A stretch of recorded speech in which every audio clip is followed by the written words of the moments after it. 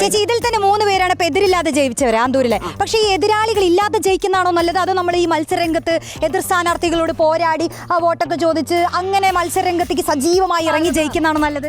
മത്സരിച്ച് ജയിക്കുന്നത് തന്നെയാണ് നല്ലത്. നമ്മുടെ ആശയ പ്രചരണത്തിന് ഒരു രാഷ്ട്രീയ സമരം കൂടിയായി മാറുന്നതിന് വേണ്ടി അത് സാധിക്കും. പക്ഷേ ഇത് നമ്മുടെ പ്രശ്നമല്ല.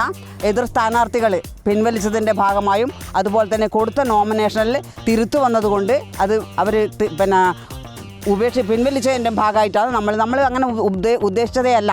കഴിഞ്ഞ നഗരസഭയിൽ 6 പേര് എതിരില്ലാതെ തിരഞ്ഞെടുത്തിരുന്നു, ഈ പ്രാവശ്യം 5 പേര്. പക്ഷേ നമ്മളെ സംബന്ധിച്ചിടത്തോളം മത്സരിച്ച് ജയിക്കുന്നത് തന്നെയാണ് അതാണ് ഒരു ആവേശം അല്ലേ.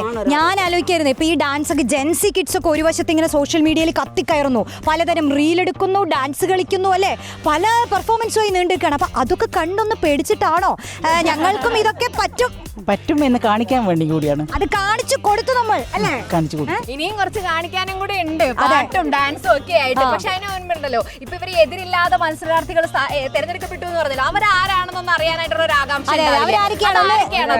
ഒരാൾ എതിരില്ലാതെ ഒരു സങ്കടം ഉണ്ടോ? ഒരു പോരാട്ടമൊന്നും കാഴ്ചവെക്കാൻ പറ്റിയില്ല.